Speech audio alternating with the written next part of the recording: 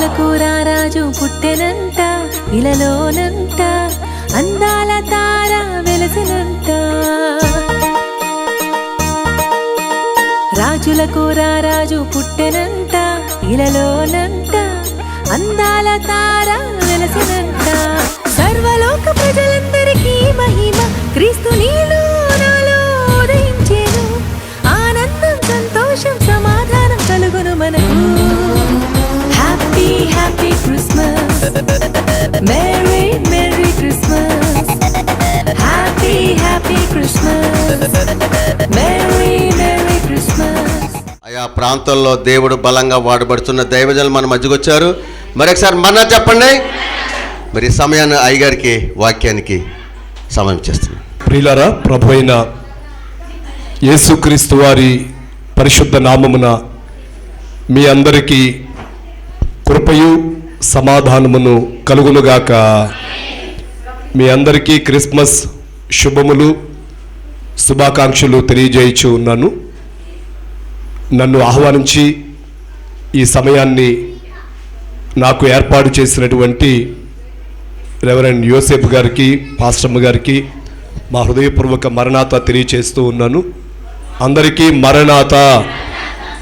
కొద్ది సమయము దేవుని వాక్యాన్ని ధ్యానం చేద్దాం. ఆసక్తితో దేవుని వాక్యాన్ని వినవలసిందిగా మనవి చేస్తూ ఉన్నాను. ప్రభునందు ప్రియులారా, ఈ ప్రపంచ చరిత్రలో యేసుక్రీస్తు వారి యొక్క జన్మము ఒక ఆశ్చర్యకరమైనటువంటి సంఘటన. యేసుక్రీస్తు వారి యొక్క జన్మము కంటే మించినది మరి ఒకటి లేదు అనే విషయాన్ని నేను మీకు జ్ఞాపకం చేస్తూ ఉన్నాను. ఆయన జన్మము ఆశ్చర్యము, అంతకు మించిన ఆశ్చర్యము మరి ఒకటి లేదు. ఇది ఏ విధంగా ఆశ్చర్యము అని మీరు అనుకోవచ్చు. కొన్ని విషయాలు ఈ సమయంలో జ్ఞాపకం చేస్తాను. 1969వ సంవత్సరం జూలై 20వ తేదీ ఉదయము 4:43:47 ఒక అద్భుతం ఈ ప్రపంచంలో జరిగింది.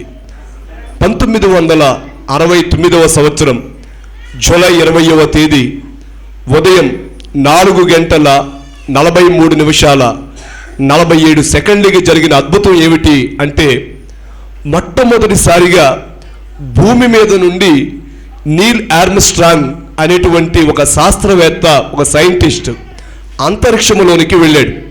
చంద్రుడి మీద అడుగు పెట్టాడు. ఆయన చంద్రుడి మీద అడుగు పెడుతూ 3 సార్లు హల్లెలూయా హల్లెలూయా హల్లెలూయా అన్నాడు. 121వ కీర్తన చదివాడు. ఆయన ఆ అంతరిక్షంలోనికి వెళ్ళి మళ్ళా తిరిగి వచ్చాడు. ఆయన తిరిగి వచ్చి అనేకమైనటువంటి సత్కార్యాలు లేక సన్మానాలు అందుకున్నాడు. ఆయన సత్కారాలు సన్మానాలు అందుకున్నాడు. ఒక సభలో మాట్లాడుతూ అన్నాడు, నేను అంతరిక్షంలోనికి వెళ్ళాను, అనేకమైన ఆశ్చర్యమైనటువంటి విషయాలు నేను చూచాను. కానీ అన్నిటికంటే నాకు ఆశ్చర్యముగా అనిపించింది, ఈ సమస్త లోకాన్ని, ఈ సర్వలోకాన్ని కలుగు చేసినటువంటి ఆ గొప్ప దేవుడు మానవుడిగా ఈ భూమి మీదకి రావడమే ఆశ్చర్యం అన్నాడు. దేవునికి మహిమనుగాక. ఆకాశ మహాకాశములు పట్టజాలని మహోన్నతుడైనటువంటి దేవుడు. ఆకాశము నా సింహాసనము, భూమి నా పాదపీఠము అని సెలవిచ్చినటువంటి ఆ దేవుడు తనను తాను తగ్గించుకుని మానవునిగా ఈ భూమి మీదకి రావడం ఆశ్చర్యము, అద్భుతమైనటువంటి విషయం. ప్రభునందు ప్రియులారా, అందుకనే యేసుక్రీస్తు వారి యొక్క జన్మము కంటే మించిన ఆశ్చర్యకరమైనటువంటి సంఘటన మరి ఒకటి లేదు అనే విషయాన్ని నేను మీకు జ్ఞాపకం చేస్తూ ఉన్నాను. కొన్ని విషయాలు వాక్యములో నుండి మీకు చూపించి నేను ముగించాలని ఆశపడుతూ ఉన్నాను. చూద్దాం వాక్యములో నుండి. యేసుక్రీస్తు వారి యొక్క జన్మ సందర్భంలో, యేసుక్రీస్తు వారి యొక్క జన్మ సందర్భంలో పరలోకము నుండి దేవదూతలు భూమి మీదకి దిగి వచ్చారు. అలాగే పరలోకంలో ఉండేటటువంటి ప్రధాన దూతలలో ఒక దూత అయినటువంటి గబ్రియేలు గారు భూలోకానికి దిగి వచ్చి ఆయన జన్మ సందర్భంలో మరి యోసేపు గారితో మాట్లాడిన మాటలు, అలాగునే మరియమ్మ గారితో మాట్లాడినటువంటి మాటలు, అలాగునే గొర్రెల కాపరులైన వారితో మాట్లాడినటువంటి మాటలు మనం చూస్తూ ఉన్నాం.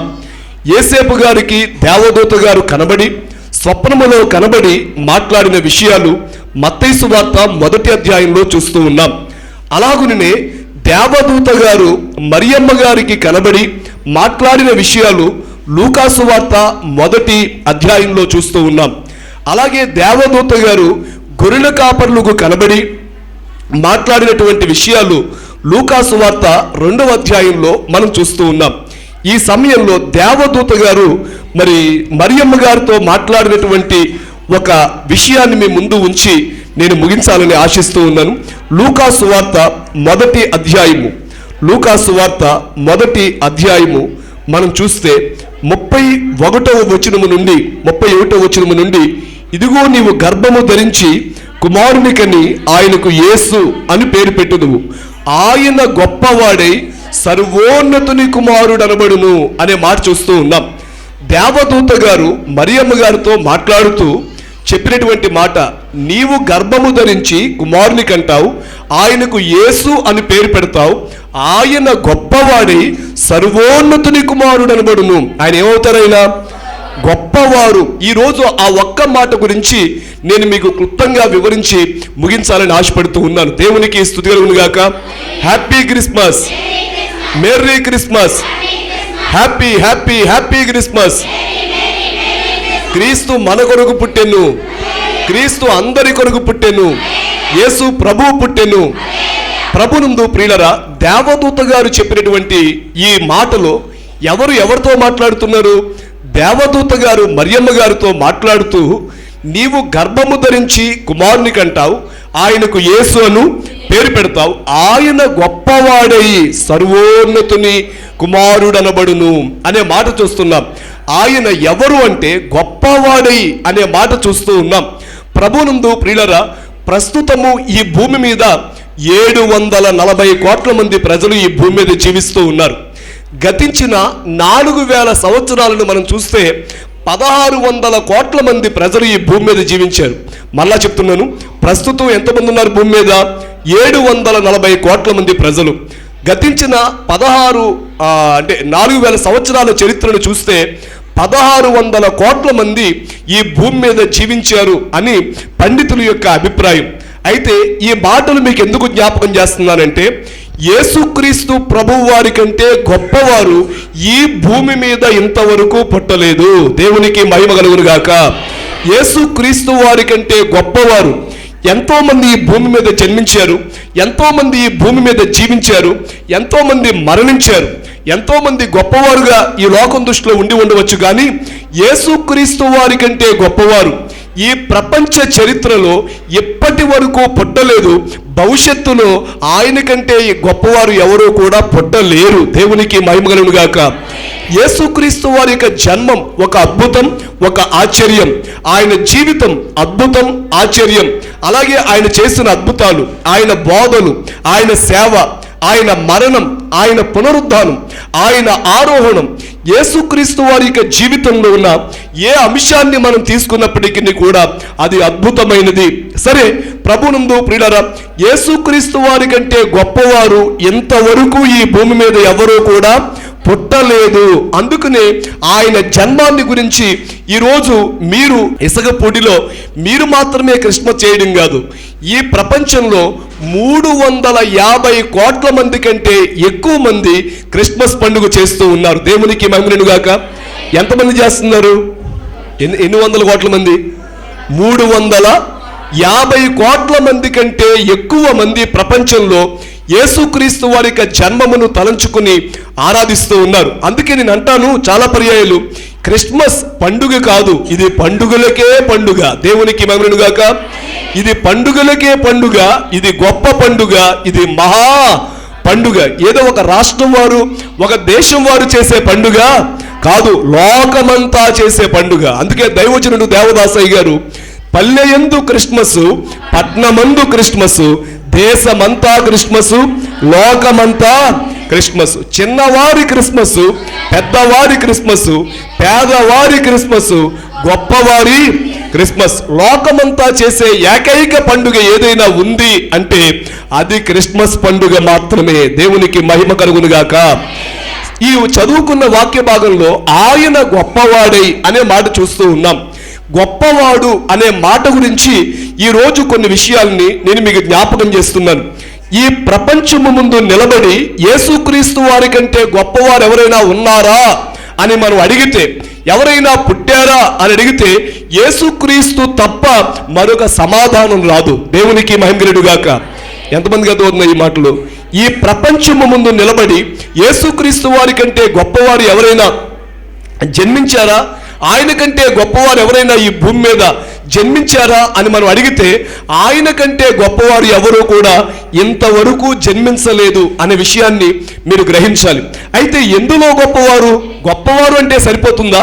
ఎందులో గొప్పవారు మనం చూద్దాం. వాక్యములో నుండి ఆయన ఎందులో గొప్పవారు అనే విషయాన్ని కొన్ని మాటలు మీకు జ్ఞాపకం చేసి ముగించాలని ఆశపడుతూ ఉన్నాను. ఒకటి, యేసుక్రీస్తు ప్రభువారు పరిశుద్ధతలో గొప్పవారు. అందరూ చెప్పండి, ఆయన ఎందులో గొప్పవారు? పరిశుద్ధతలో ఆయన గొప్పవారుగా మనకు కనబడుచూ ఉన్నారు. ఈ భూమి మీద పుట్టిన వారందరూ కూడా పాపములో పుట్టారు, పాపులుగా లేక పాపంలో జీవించారు. ఈ భూమి మీద జన్మ పాపము లేకుండా జన్మించింది యేసుక్రీస్తు వారు ఒక్కరే. జన్మ పాపము లేకుండా జీవించింది యేసుక్రీస్తు వారు ఒక్కరే. అంత మాత్రమే కాదు, ఆయన 33.5 సంవత్సరాల ఆయన జీవితాన్ని మనం పరిశీలన చేసినప్పుడు ఆయన జీవితంలో ఎన్నడూ కూడా ఏమీ లేదు, పాపము అనేది లేదు. వాక్యములో కొన్ని ఆధారాలు మనం చూద్దాం. చూడండి, హెబ్రీలకు రాసినటువంటి పత్రిక 7వ అధ్యాయం, హెబ్రీలకు రాసినటువంటి పత్రిక 7వ అధ్యాయం 26వ వచనాన్ని మనం చూడగలిగితే, హెబ్రీలకు రాసిన పత్రిక 7వ అధ్యాయం 26వ వచనాన్ని మనం చూస్తే, పవిత్రుడును నిర్దోషియు నిష్కల్మషుడును పాపులలో చేరక ప్రత్యేకముగా ఉన్నవాడు అని మనం చూస్తున్నాం. బాగా వినండి, నా వైపు చూస్తూ శ్రద్ధగా వినండి. ఈ వచనాన్ని మనం చూస్తే ఆయన పవిత్రుడును నిర్దోషియు నిష్కల్మషుడును పాపులలో చేరక ఎలా ఉన్నారైనా ప్రత్యేకముగా ఉన్నారు. అంటే పాపులలో చేరలేదు అనే మాట మనం చూస్తే ఆయన పాపుల మధ్య జీవించలేదా? పాపుల మధ్య జీవించారు ఆయన. అందుకే లూకా సువార్త 15వ అధ్యాయం 1వ వచనము నుండి చూస్తే, లూకా సువార్త 15వ అధ్యాయం 1వ వచనము నుండి మనం చూడగలిగితే, ఒకప్పుడు సమస్తమైన సుంకరులను పాపులను ఆయన బోధ వినుటకు ఆయన యొద్దకు వచ్చుచుండగా పరిసయ్యులను శాస్త్రులను అది చూచి ఇతడు పాపులను చేర్చుకొని వారితో కూడా భోజనము చేయుచున్నాడని చాలా సడుగుకొనిరి అనే మాట చూస్తూ ఉన్నాం. అంటే యేసుక్రీస్తు ప్రభువారు ఈ భూమి మీద 33.5 సంవత్సరాలు జీవించారు. 3.5 సంవత్సరాలు ప్రజల మధ్య జీవిస్తూ అద్భుతమైన సేవ చేశారు. మరి హెబ్రీ పత్రికలో ఆయన పవిత్రుడును నిర్దోషియు నిష్కల్మషుడును పాపులలో చేరక ఎలా ఉన్నారట? ఆయన ప్రత్యేకంగా ఉన్నారు. పాపులలో చేరలేదు అంటే ఆయన పాపులకి ఏమన్నా దూరంగా ఉన్నారా? ఆయన పాపులను ఏమన్నా దూరంగా పెట్టారా అంటే కాదు, పాపుల మధ్య జీవించారు ఆయన. కానీ పాపుల మధ్య జీవించిన ఆయన పాపము లేని వారుగా ఉన్నారు. ఏం లేని వారుగా? ఆయన జన్మములో పాపం లేదు, ఆయన జీవితంలో ఏమీ లేదు. అందుకే యోహాను సువార్త 8వ అధ్యాయం 45వ వచనం నుండి చూడండి. యోహాను సువార్త 8వ అధ్యాయం 45వ వచనం నుండి మనం చూస్తే, నేను సత్యమునే చెప్పుచున్నాను గనుక మీరు నన్ను నమ్మరు, నా యందు పాపమున్నదని మీలో ఎవడు స్థాపించును? ఈ మాట బహుశా ఈ భూమి మీద పుట్టిన వారు ఎవరైనా ఇంతవరకు ఈ మాట చెప్పగలిగారా? నా మాట ఎవరికి అర్థం కాలేదా? ఏమన్నారు యేసు ప్రభు వారు? ఒక ఛాలెంజ్ చేశారు, ఆయన ఒక సవాలు చేశారు. నాలో పాపం ఉన్నదని మీలో ఎవరైనా స్థాపించగలరా? ఇప్పటి వరకు ఆయనలో ఎవరు ఏం పట్టుకోలేకపోయారు? పాపమును పట్టుకోలేకపోయారు. పాపం కాదు, ఆయనలో లోపం కూడా లేదు. దేవునికి మహిమగలుగుగాక. దయచేసి బాగా వినండి. అందుకని యేసు ప్రభు వారు ఎందులో గొప్పవారు అంటే ఆయన పరిశుద్ధతలో గొప్పవారు. ఆయన పాపం, ఆయన జన్మంలో పాపం లేదు, ఆయన జీవితంలో పాపము లేదు. అందుకే పేతురు కూడా ఆయనతో కలిసి జీవించినటువంటి అపోస్తులు కూడా అనేక సాక్ష్యాలు ఇచ్చారు. పేతురు వ్రాసినటువంటి మొదటి పత్రిక 2వ అధ్యాయం 22వ వచనాన్ని మనం చూస్తే, ఆయన పాపము చేయలేదు, ఆయన నోట ఏ కపటమును లేదు. ఆయన ఏం చేయలేదు? ఎవరిస్తున్న సాక్ష్యం ఇది? పేతురు ఇస్తున్నటువంటి సాక్ష్యం. అలాగునే పిలాతేమని సాక్ష్యం ఇచ్చాడు? ఈయన యందు నాకు ఏ దోషము కూడా కనబడలేదు. ఇలాగున మనం చూస్తే యేసు ప్రభువారు ఎందులో గొప్పవారు అని మనం చూస్తే పరిశుద్ధతలో గొప్పవారు. ఆయన జన్మంలో పాపం లేదు. జన్మ పాపము లేకుండా జన్మించింది యేసుక్రీస్తు వారు ఒక్కరే. ఒకసారి చెప్తారా? జన్మ పాపం లేకుండా జన్మించింది యేసుక్రీస్తు వారు ఒక్కరే. జీవితంలో పాపం లేకుండా జీవించింది యేసుక్రీస్తు వారు ఒక్కరే. దేవునికి మహిమగలుగాక. ఇంకా మనం కొంచెం లోతుల్లోకి వెళ్ళగలిగితే అసలు దేవుడు ఎవరై ఉండాలి? దేవుడు ఎవరై ఉండాలంటే ముఖ్యంగా మనము ఆరాధించే దేవుడు పరిశుద్ధుడై ఉండాలి. గట్టిగా చెప్పండి. మనం ఆరాధించే దేవుడు పరిశుద్ధుడై ఉండాలి. మరి పరిశుద్ధుడు ఎవరున్నారు? ఎవరిని చూచినా పరిశుద్ధత లేదు. ఏదో ఒక పాపం, ఏదో ఒక అపవిత్రత కనబడుచు ఉన్నది. కానీ యేసుక్రీస్తు వారిలో చూస్తే ఆయన జన్మములోను, ఆయన జీవితంలోను, ఆయన క్రియలలోనూ పాపం లేదు. అందుకే చెప్పారు, నాలో పాపం ఉన్నదని మీలో ఎవడు స్థాపించగలడు. దేవదూత గారు చెప్పిన ఆ మాట, ఆయన గొప్పవాడై సర్వోన్నతుని కుమారుడు అనబడను. ఎందులో గొప్పవాడు అంటే పరిశుద్ధతలో గొప్పవాడు అని చెప్పండి. ఆయన వంటి పరిశుద్ధుడు ఎవరు కూడా లేరు అనే విషయాన్ని నేను మీకు జ్ఞాపకం చేస్తున్నాను. ఆయన పరిశుద్ధుడు, మనలను పరిశుద్ధపరచగలిగిన వాడు. ఆయన పరిశుద్ధుడు, మనల్ని ఏం చేయగలిగిన వారైనా పరిశుద్ధపరచగలిగిన వారు. ఇంకా రెండవదిగా చూస్తే ప్రభునందు ప్రియులారా ఎందులో గొప్పవారు అని మనం చూస్తే రక్షకులలో రక్షించుటలో. అందరూ చెప్పండి ఒకసారి. రక్షకులలో రక్షించుటలో ఆయన ఎవరు? గొప్పవారు. అందుకనే దేవదూత గారు చెప్పినటువంటి మాటలో చూస్తే గొర్రెల కాపర్లకు చెప్పారు, ఇదిగో ప్రజలందరికీ నీ కలుగబోవు మహా సంతోషకరమైన సువర్తమానము నేను మీకు తెలియచేయుచున్నాను. దావీదు పట్టణమందు నేడు రక్షకుడు మీ కొరకు పుట్టి ఉన్నాడు. దేవునికి మహిమనుగాక. ఎవరు పుట్టారు? రక్షకుడు. అలాగే యేసేపు గారితో దేవదూత గారు మాట్లాడుతూ, నీ భార్య అయిన మరియను చేర్చుకునేందుకు భయపడకము, ఆమె గర్భము ధరించినది పరిశుద్ధాత్మను కలిగినది, ఆమె కుమారుని కంటుంది, ఆయనకు యేసు అని పేరు పెడతారు. దేవునికి మహిమనుగాక. అలాగునే లూకాసు వార్త 1వ అధ్యాయంలో కూడా మనం చూస్తే, నీవు గర్భము ధరించి కుమారుని కలిగి ఆయనకు యేసు అని పేరు పెడతావు. యేసు అనగా అర్థం ఏమిటి అంటే రక్షకుడు. అందరూ చెప్పండి. యేసు అనే మాటకు అర్థం ఏమిటి? రక్షకుడు. రక్షకుడు అనగా రక్షించువాడు. దేని నుండి? పాపము నుండి, పాపము ద్వారా వచ్చే శాపము నుండి, పాపము ద్వారా వచ్చే వ్యాధుల నుండి, పాపము ద్వారా వచ్చే పాప ఫలితము నుండి, పాపము ద్వారా వచ్చే అగ్నిగుండము నుండి రక్షించే ఏకైక రక్షకుడు ప్రభువైన యేసుక్రీస్తు. దేవునికి మహిమనుగాక. నేను అందుకే మీకు దయచేసి ఈరోజు ప్రపంచానికి ఎవరు కావాలి అని మనం చూస్తే రక్షకుడు కావాలి. అందరూ చెప్పండి. ప్రపంచానికి ఎవరు కావాలి? రక్షకుడు కావాలి. మీకు ఒక విషయాన్ని జ్ఞాపకం చేస్తారు. అదేంటంటే సాధారణంగా కొన్ని దేశాలలో ఒకరికి ఒకరు క్రిస్మస్ టైంలో ఈ సందర్భంలో గ్రీటింగ్ కార్డ్స్ పంపించుకుంటూ ఉంటారు. ఏం పంపిస్తారు? గ్రీటింగ్ కార్డ్స్ పంపిస్తూ ఉంటారు.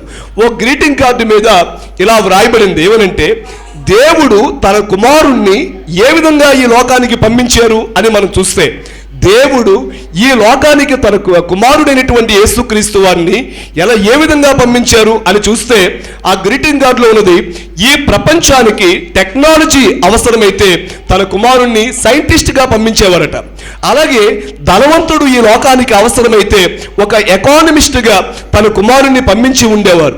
అలాగే ఎంటర్టైన్మెంట్ అవసరమైతే ఎంటర్టైనర్గా తన కుమారుణ్ణి లోకానికి పంపించేవారు.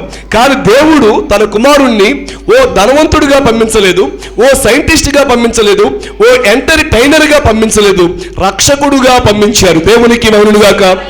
ఎందుకు అంటే ఈ ప్రపంచానికి ఎవరు కావాలి? రక్షకుడు కావాలి. గట్టిగా చెప్పండి. ఈ ప్రపంచానికి ఎవరు కావాలి? రక్షకుడు కావాలి. ఏ మతానికి చెందిన వారికైనా, ఏ దేశానికి చెందిన వారికైనా, ఏ కులానికి చెందిన వారైనా ప్రతి ఒక్కరికి ఎవరు కావాలి? పాపము నుండి రక్షించే రక్షకుడు కావాలి. నేను చాలాసార్లు బాధపడేది ఏంటంటే, యేసుక్రీస్తు వారిని కొంతమంది పలానా దేశానికి చెందిన దేవుడు అని కొంతమంది ఆయన్ని కొన్ని దేశాలకు ఆపాదిస్తూ ఉంటారు. మరికొంతమంది పలానా కులానికి చెందిన దేవుడు అని మరికొంతమంది ఆపాదిస్తూ ఉంటారు. మరికొంతమంది పలానా మతానికి చెందినటువంటి దేవుడు. యేసుక్రీస్తు వారు ఒక మతానికి చెందిన దేవుడు కాదు, ఒక కులానికి చెందిన దేవుడు కాదు, కొన్ని దేశాలకు చెందిన దేవుడు కాదు. దేవుడు అని ఎవరినైతే మనం సంబోధిస్తామో, ఆయన ఎంచుకుంటామో, ఆయన అందరికీ ఏమై ఉండాలి? దేవుడై ఉండాలి. అందరికీ రక్షకుడు అయి ఉండాలి. బలో యేసు మహారాజుకి. మనం చూస్తే రక్షకుడు ఈరోజు రక్షించుటలో ఆయన ఎవరు అంటే గొప్పవారై ఉన్నారు. రక్షకులలో రక్షించుటలో ఆయన ఎవరై ఉన్నారు? గొప్పవారై ఉన్నారు. అందుకని మనం పాడుకుంటాం కదా, మంగళ స్తోత్రార్పణలు అనే కీర్తనలో, ఎట్టి వారినైనా ఏ స్థలమందున్న వారినైనా పట్టి రక్షించుడికై పాట్లుందు తండ్రికి. ఎవరినైనా ఆయన ఏం చేస్తూ ఉన్నారు? రక్షిస్తూ ఉన్నారు. అందుకే దైవజనుడు దేవదాసయ్య గారు రాసినటువంటి కీర్తనలో, యేసు అనగా రక్షకుండు ఎవరినైనను రక్షించును, క్రీస్తు అనగా నియమితుండు కేవలమేర్పాటు పురుషుడు. యేసు అనగా రక్షకుండు ఎవరినైనా ఏం చేస్తారు? రక్షిస్తారు. ఆయన ఎవరిని దూరం చేసే దేవుడు కాదు. మీరు పాపులు కదా, నా యొద్దకు రాకూడదు అని చెప్పే దేవుడు. ఎంత పాపంలో ఉన్నవారినైనా, ఏ స్థితిలో ఉన్నవారినైనా వెదకి వెదకి రక్షించేటటువంటి దేవుడు ఆయన. దేవునికి మహిమను గాక. ఏ స్థితిలో ఉన్నవారినైనా ఏం చేసే దేవుడైనా రక్షించేటటువంటి దేవుడు. అనేక మతాలు పాపులను దూరం పెట్టాయి, కానీ యేసుక్రీస్తు ప్రభువారు పాపులను రక్షించుటకు క్రీస్తు యేసు ఈ లోకమునకు వచ్చెను. దేవునికి మహిమ కలుగును గాక. ఏ మతానికి చెందిన వారైనా, ఏ దేశానికి చెందిన వారైనా, ఎవరికైనా ఎవరు కావాలి? రక్షకుడు కావాలి. యేసుక్రీస్తు వారిని రక్షకునిగా చూడమని నేను మనవి చేస్తూ ఉన్నాను. రక్షకునిగా ఆయనను గుర్తించమని నేను మనవి చేస్తూ ఉన్నాను. దైవజనుడు ఒక పద్యంలో వ్రాస్తూ, ధనధాన్యముల వలన దారిద్ర్యము గతించునుగాని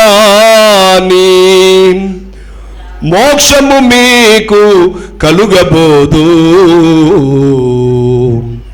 విద్య వలన తెలివి ఉద్యోగము లభించును గాని, విద్య వలన తెలివి ఉద్యోగము లభించును గాని మోక్షము మీకు కలుగబోదు, గొప్ప కులము వలన గొప్పతనము వచ్చును గాని మోక్షము మీకు కలుగబోదు, మంచి క్రియల వలన మంచి పేరు వచ్చును గాని మోక్షము మీకు కలుగబోదు. ఈ పద్యంలో దైవజనుడు ధనధాన్యముల వలన దారిద్ర్యము గతిస్తుందేమో గాని మోక్షం వస్తుందా? అయ్యో మాట్లాడలేదు. ధనధాన్యముల వలన దారిద్ర్యం ఉండదేమో కానీ ఏమి రాదు? మోక్షము రాదు. గొప్ప కులము వలన గొప్ప తనము వచ్చునేమో కానీ ఏమి రాదు? మోక్షము రాదు. విద్య వలన తెలివి ఉద్యోగము లభించును కానీ ఏమి రాదు? మోక్షము రాదు. అలాగునే మంచి క్రియల వలన మంచి పేరు వస్తుందేమో కానీ ఏమి రాదు? మోక్షము రాదు. మరి మోక్షం రావాలంటే రక్షకుడైన యేసుక్రీస్తు వారిని నమ్ముకోవాలి. దేవునికి మహిమను గాక. ఎవరిని నమ్ముకోవాలి? యేసుక్రీస్తు వారిని రక్షకునిగా నమ్ముకుంటే మనకి ఏం దొరుకుతుంది? మోక్షము దొరుకుతుంది. దేవునికి మహిమను గాక. అందుకనే దైవజనుడు రాసినటువంటి ఒక కీర్తనలో మనం చూస్తే, ఎన్ని తిరిగినా పోవు పోవు పాపంబులు, ఎంత ఏడ్చినా పోవు పోవు, ఎన్ని తిరిగినా పోవు పోవు పాపంబులు, ఎంత ఏడ్చినా పోవు, ఎన్నాళ్ళు పుణ్యక్రియ లేని చేసిన పోవు, ఎన్నాళ్ళు పుణ్యక్రియ లేని చేసిన పోవు, అన్నీ చేసిన క్రీస్తు నందు నమ్మినా గాని దేవాదేవుని మ్రొక్కలేండి ఓ ప్రియులారా, దేవరాజుని గొల్వా ఎన్ని తిరిగినా పోవు పాపంబులు, ఎంత ఏడ్చినా పోవు, ఎన్నాళ్ళు పుణ్యక్రియలు ఎన్ని చేసినా పోవు, అన్నీ చేసిన క్రీస్తునందు నమ్మిన గాని అనేటువంటి మాట మనం చూస్తూ ఉన్నాం. ప్రభునందు ప్రియులారా, అందుకనే పాపము నుండి విడుదల పొందాలి అనుకునే ప్రతి ఒక్కరూ కూడా ఎన్ని తిరిగినా చివరికి ఎవరి దగ్గరికి రావాలి? యేసుక్రీస్తు వారి దగ్గరికి రావాలి. ఎవరి దగ్గరికి? ఎందుకు అంటే ఆయన రక్షకుడు. ఎవరినైనాను ఆయన ఏం చేస్తారు? రక్షిస్తారు. నేను ఇంకొక మాట కూడా ఈ సమయంలో జ్ఞాపకం చేస్తాను. రక్షించే పని ఎవరూ చేయలేరు. రక్షించాలి అంటే, పాపిని రక్షించాలంటే ఏం చెయ్యాలి? పాపిని రక్షించాలంటే పాపి కొరకు రక్తం చిందించాలి. ఏం చిందించాలి? బైబిల్ ఏం చెప్తుంది? హెబ్రీ పత్రికలో రక్తము చిందించకుండా పాపమును తీసివేయుట అసాధ్యము. రక్తము చిందించకుండా పాపం తీసివేయడం అసాధ్యం. రక్తం చిందించాలి. ఆ రక్తం కోడెల రక్తం, మేకల రక్తం కాదు. ఆ రక్తం ఎవరి రక్తమై ఉండాలి? అది పరిశుద్ధుని రక్తమై ఉండాలి. ఎవరి రక్తమై ఉండాలి? నేను రక్తం చిందించాను అనుకోండి, నా రక్తం నన్నే విమోచించదు, ఇంక ఇతరులను ఏమో విమోచిస్తుంది. అందుకే యేసు ప్రభు వారు ఈ భూమి మీదకి ఆత్మగా ఉన్నటువంటి యేసుక్రీస్తు వారు ఈ భూమి మీదకి శరీరధారిగా రావడానికి కారణం ఏంటంటే, రక్తం చిందించాలంటే ఏం కావాలి?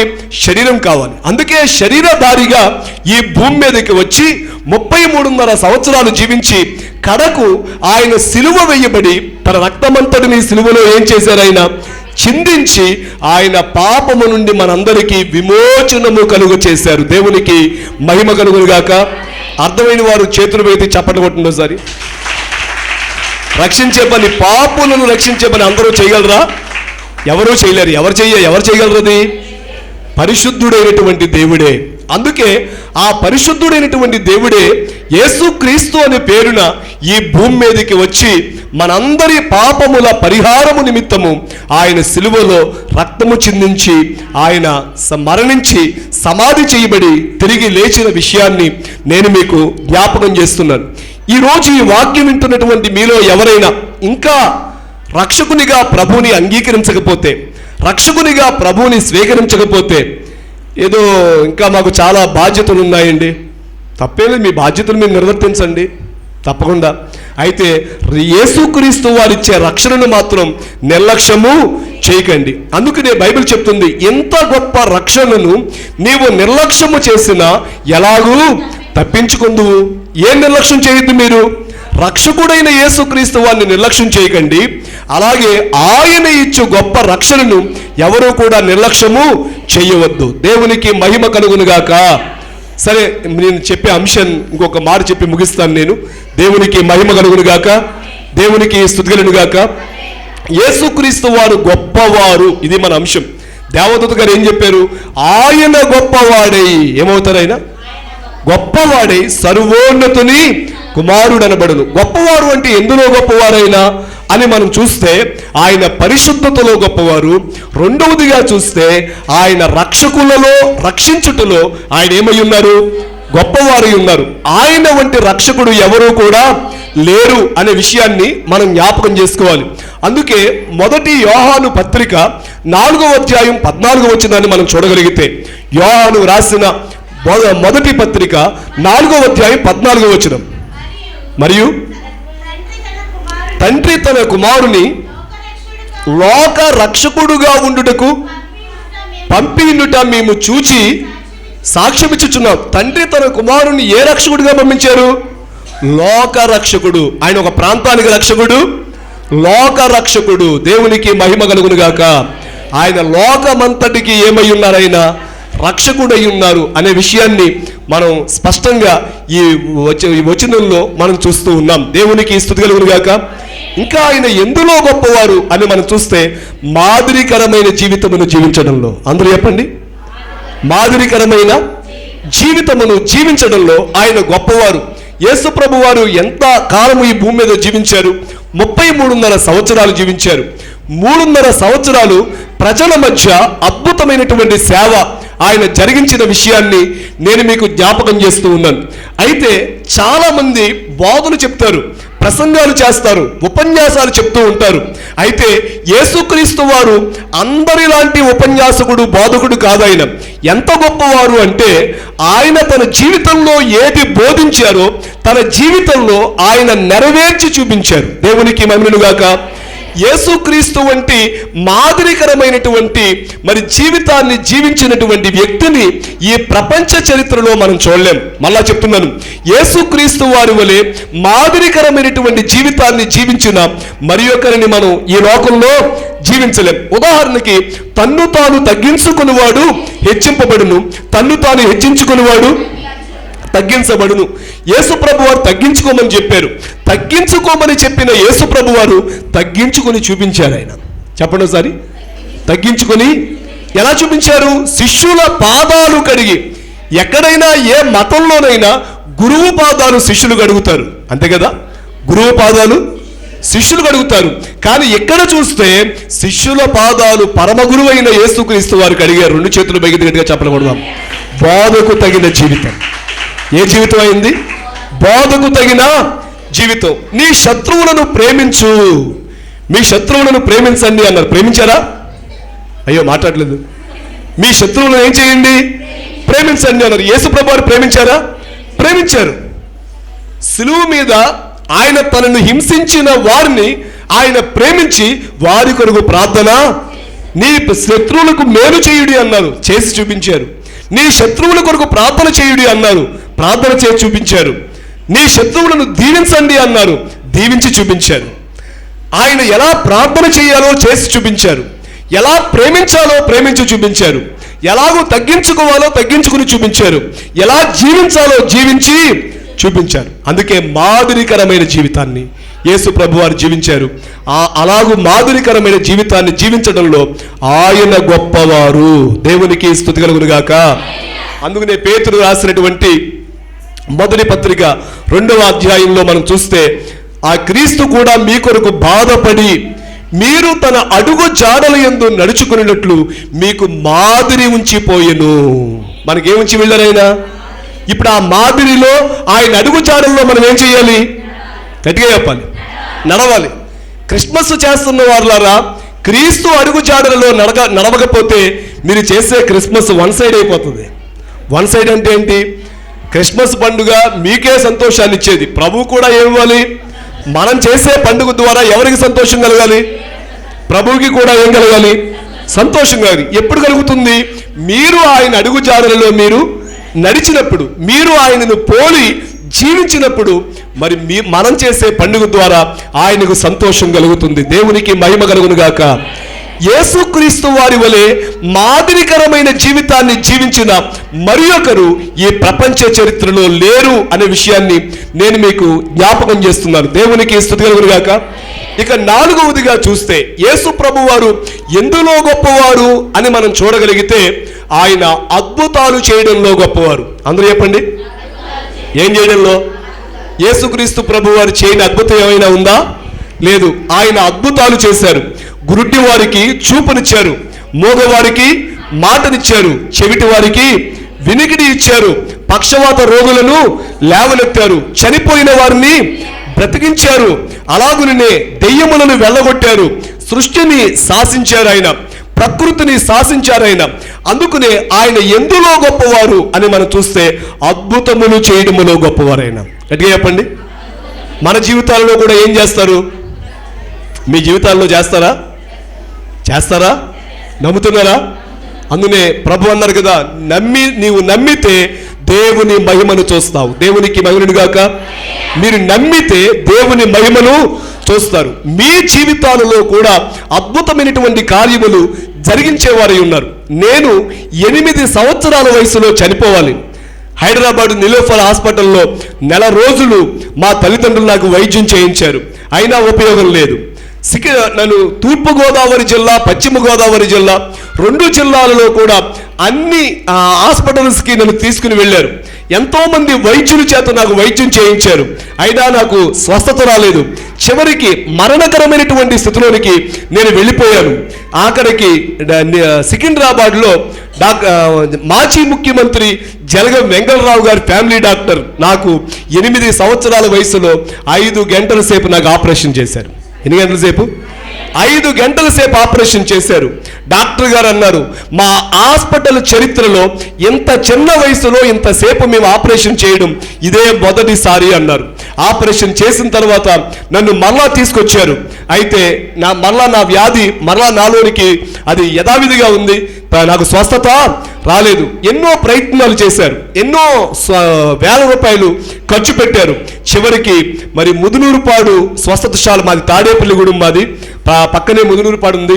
ఒక యేసు ప్రభు నమ్ముకున్నటువంటి ఒక సహోదరి మా అమ్మగారి దగ్గరికి వచ్చి, ప్రక్కనే ముదునూరుపాడు ఉంది కదా, ఆడ జానయ్య గారు ప్రార్థన చేస్తారు, మీ అబ్బాయిని తీసుకుని వెళ్ళండి అంటే మా నాన్నగారు కోప్పడ్డారు. ఏమనంటే, ఇన్ని హాస్పిటల్స్ తీసుకెళ్ళాం, ఇంత సొమ్ము ఖర్చు పెట్టాం, ఆపరేషన్ కూడా చేయించాం, ఓ ప్రార్థన చేస్తే తగ్గిపోతుందా అని కోప్పడ్డారు.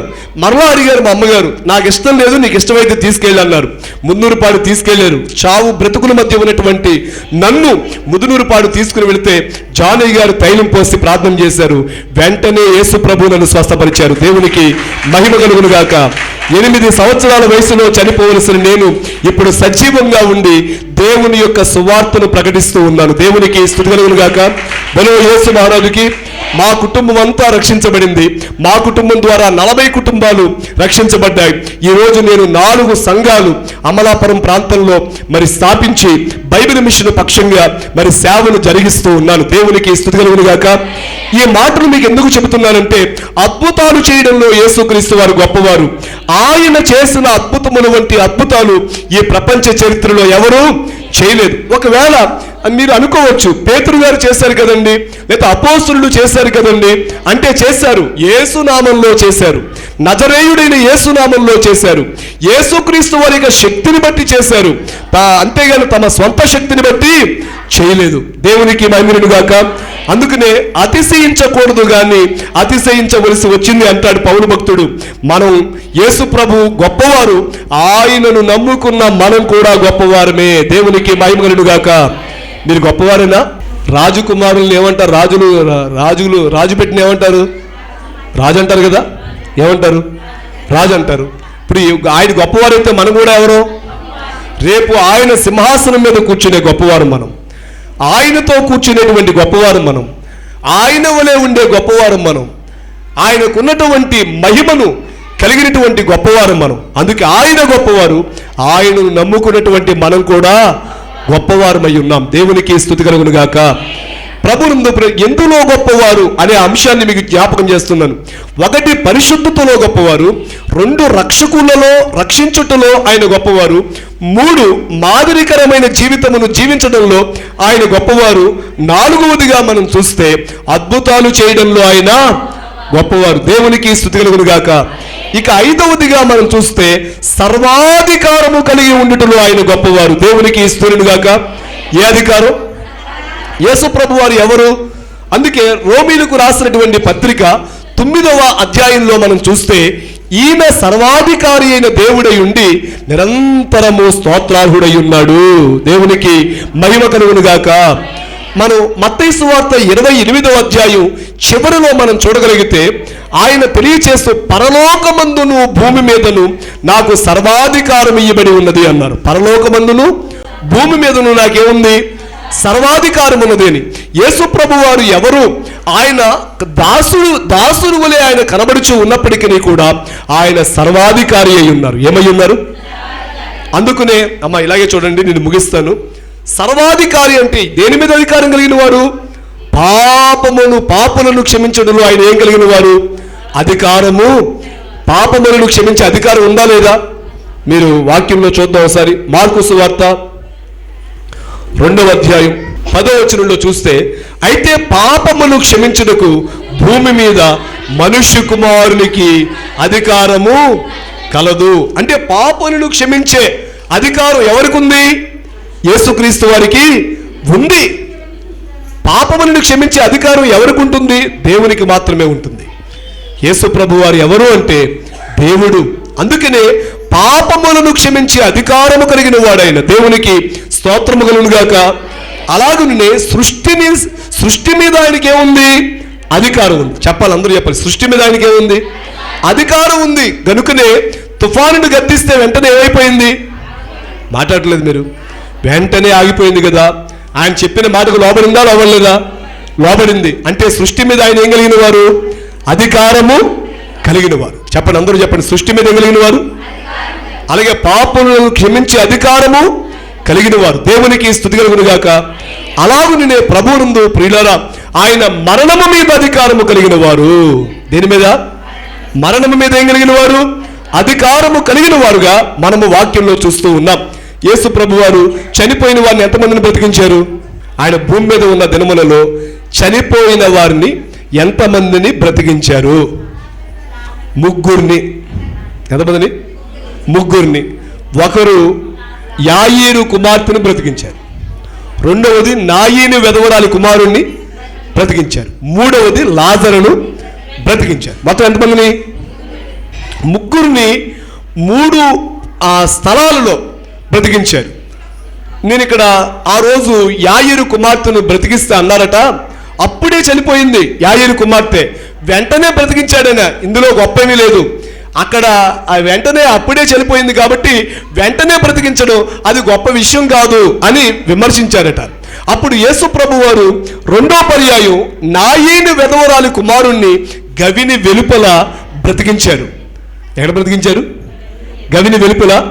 అప్పుడు అన్నారంటే అనేకులు, ఆ చనిపోయిన వారి ఆత్మ 3 రోజులు ఆ శవం చుట్టూ తిరుగుతుంది కాబట్టి బ్రతికించడం గొప్పేమీ కాదు అన్నారంట. అందుకని లాజరుని ఎన్ని రోజులు లేపారు? ఆయన 4 రోజులైన తర్వాత. మరి ఇప్పుడేమంటారు? మరణము మీద ఆయన అధికారం కలిగిన వారు. దేవునికి స్తోత్రం గాక. మరణం మీద ఏం కలిగిన వారు? అధికారము కలిగిన వారు. దేవునికి స్తుతి కలుగును గాక. అంత మాత్రమే కాదు, ఎంత అధికారం కలిగిన వారంటే ఆయన చనిపోయి సమాధి చేయబడి తిరిగి 3వ దినమున మరలా తిరిగి లేచారు ఆయన. దేవునికి స్తుతి కలుగును గాక. ఈ భూమి మీద ఎంతో మంది గొప్పవారు, చక్రవర్తులు, పరాక్రమ వీరులు, రాజులు, ధనవంతులు అనేకులు చనిపోయారు. అందరూ చనిపోయి మరణము ముందు తల వంచారు. కానీ యేసు క్రీస్తు వారి ముందు మరణము తల వంచింది. దేవునికి మహిమను గాక. అందుకే ఓ మరణమా నీ విజయం ఎక్కడా? ఓ మరణమా నీ ముళ్ళు ఎక్కడా? మరణమును ఓడించినటువంటి మహాధీరుడు మన ప్రభు అయినటువంటి యేసుక్రీస్తు వారు. దేవునికి స్తుతి కలుగును గాక. అందుకనే ఆయన సర్వాధికారము కలిగిన వారు. దెయ్యముల మీద కూడా ఆయన ఏం కలిగిన వారు? అధికారమును కలిగిన వారు. అందుకే ఆయన ఆజ్ఞాపిస్తే అవి పారిపోయేవి. దేవునికి స్తుతి కలుగును గాక. బలో యేసు మహారాజుకి. ప్రభునందు ప్రియులారా, నేను మీకు 5 విషయాలు జ్ఞాపకం చేశాను. యేసు ప్రభు వారు ఎందులో గొప్పవారు? గొప్పవారు అని చెప్పారు కదా. దేవదూత గారు ఏం చెప్పారు? ఆయన గొప్పవాడై సర్వోన్నతుని కుమారుడనబడును. అంటే ఎందులో గొప్పవారు? పరిశుద్ధతలో గొప్పవారు, రక్షకులలో రక్షించుటలో ఆయన గొప్పవారు, మాదిరికరమైన జీవితమును జీవించడంలో ఆయన గొప్పవారు, అద్భుతములు చేయడంలో ఆయన గొప్పవారు. 5వదిగా సర్వాధికారము కలిగిన వారు. అధికారములో ఆయన గొప్పవారు. ఆయనకు మించిన అధికారి మరి ఒకరు లేరు. ఆయనకు మించిన అధికారము కలిగిన వారు మరి ఒకరు లేరు. పరలోకమందును భూమి యందును ఆయనకి ఏమున్నది అంటే సర్వాధికారము ఉన్నది. కాబట్టి ప్రభువునందు ప్రియరా, ఆ గొప్పవారైనటువంటి యేసుక్రీస్తు వారిని మీలో ఎవరైనా ఇంకా మరి రక్షకుడిగా స్వీకరించకపోతే, కొంతమంది బాప్తిస్మములు పొందడానికి ఏం చేస్తూ ఉంటారు? ఆలస్యం చేస్తూ ఉంటారు. మరి నేను అంటాను, గొప్ప రక్షణ అని బైబిల్ చెప్తుంది. దేవుడు దానిని ఎలా ఇస్తున్నాను మనకి? సిలువలో రక్తం కార్చి ఆయన ప్రాణం పెట్టి సంపాదించినటువంటి ఆ గొప్ప రక్షణ, వెలకట్టలేని ఆ రక్షణ దేవుడు మనకు ఉచితంగా ఇస్తూ ఉన్నారు. దానికి వెల లేదు. ఒకవేళ దేవుడే రక్షణకి ఖరీదు పెడితే అంబానీ కూడా కొనలేడు. దేన్ని? రక్షణని. ఎవరు ఎంత ధనవంతుడైనా రక్షణను ఏం చేయలేడు? కొనలేడు. కానీ నమ్మిన వారికి ఉచితంగా రక్షణను ఏం చేస్తున్నారు? ఆయన ఇస్తూ ఉన్నారు. మరి ఉచితంగా ఇస్తున్న ఆ రక్షణని మీరు పొందుతున్నారా? ఆలస్యం చేయకండి. రక్షణ పొందడంలో ఏం చేయకండి? ఆలస్యం చేయకండి, నిర్లక్ష్యం చేయకండి. బైబిల్ చెప్తుంది, నేడే రక్షణ దినం, ఇదే అనుకూలమైన సమయం. నేడే రక్షణ దినం, ఇదే అనుకూలమైన సమయం. కాబట్టి రేపుకు రూపు లేదు గనుక ఎవరైతే మీలో ఇంకా ప్రభువుని రక్షకునిగా స్వీకరించలేదో ప్రభువుని రక్షకునిగా స్వీకరించి ఆ రక్షకుడు ఇచ్చే రక్షణను పొందండి. దేవుడు ఈ మాటలను మీ హృదయంలో స్థిరపరచునుగాక. మహాపరిశుద్ధులై ఉన్న తండ్రి, ఇంతవరకు మీ బిడ్డలైన వారితో మీరు మాట్లాడారు, మీకు స్తోత్రములు. ఈ మాటలు అందరి హృదయంలో స్థిరపరచండి. మీరు ఎంత గొప్పవారై ఉన్నారో ఇంతవరకు మీ ఆత్మ ద్వారా మీరు మాకు బయలుపరిచారు, మీకు స్తోత్రములు. గొప్పవారైనటువంటి మిమ్మలను దేవ ఆరాధిస్తూ ఉన్నటువంటి మేమును గొప్పవారమై ఉన్నాం, అందును బట్టి మీకు స్తుతులు. దేవా, ఈ లోకానికి మీరు రక్షకుడిగా వచ్చారు తండ్రి, మా అందరికీ రక్షణ ఇచ్చారు, మీకు స్తోత్రములు. ఇంకా మీరు సిద్ధపరిచిన రక్షణ ఎవరైతే పొందలేదో నాయన, ఈ సమయంలోనే ప్రతి ఒక్కరి హృదయంలో మీరు రక్షకుడిగా జన్మించి మీ గొప్ప రక్షణ అందరికీ ప్రసాదించండి. ఈ క్రిస్మస్ ఆరాధనలో ఏకీభవించిన వారందరినీ మీరు దీవించండి, ఆశీర్వదించండి. క్రిస్మస్ ఆనందముతో, సంతోషముతో, సమాధానముతో, ఆశీర్వాదములతో అలంకరింప చేయండి. దేవా, యోసేపు గారిని, మీ దాసులు దేవా యోసేపు గారిని, పాస్టమ్మ గారిని తండ్రి, వారికి ఇచ్చినటువంటి బిడ్డలను, ఆత్మీయ బిడ్డలను మీరు దీవించి మహిమను పొందుమని, మీరు ఆకడుకు మమ్మల్ని సిద్ధపరచుమని యేసు క్రీస్తు వారి నామమును వేడుకొనుచున్నాము పరమ తండ్రి. అందరికీ మరణాత. మరి నన్ను ఆహ్వానించి ఈ చక్కటి సమయాన్ని నాకు ఏర్పాటు చేసినటువంటి రెవరెండ్ యోసేపు గారికి హృదయపూర్వక మరణాత తెలియచేస్తూ ఉన్నాను. ఆత్మీయ తండ్రి జానయ్య గారికి, ఆయనకి 4 కుమారులు, 3 కూతుళ్ళు, 7 సంతానం. అయితే ఎఫ్రామయ్య గారిని నా 8వ కుమారుడు దావీదు ఎలాగ ఆశీర్వదింపబడ్డాడో అలాగ ఆశీర్వదింపబడతానని ఆయన ఆశీర్వదించేశాడు. ఎవరో జానయ్య గారు. మరి మాకు కూడా ఉద్దుపరులు ఉండి చిన్నతనం నుండి మరి మమ్మల్ని కూడా ఆశీర్వదించారు. మరి ఆయన ఆశీర్వాదమే ఇవాళ మేము పశువులను కాసుకున్న వాళ్ళని యాజకులుగా మరి మేము ఉన్నామంటే మరి దైవజనులు జానయ్య గారి ఆశీర్వాదమే. మరి ఇవాళ చక్కటి మరి గొప్ప అద్భుతం, ఇందులో ఎక్కువ చక్కటి వాక్య వర్తమానం మనం అందించి సమయాన్ని మరి వారు ముగించి అనుకున్న సమయానికే మరి వారు వాక్యాన్ని దేవుడు అనుగ్రహించినటువంటి గొప్పతనాన్ని ఎత్తిసాటిన మరి అయ్యగారికి మరొకసారి మనం చెప్పండి.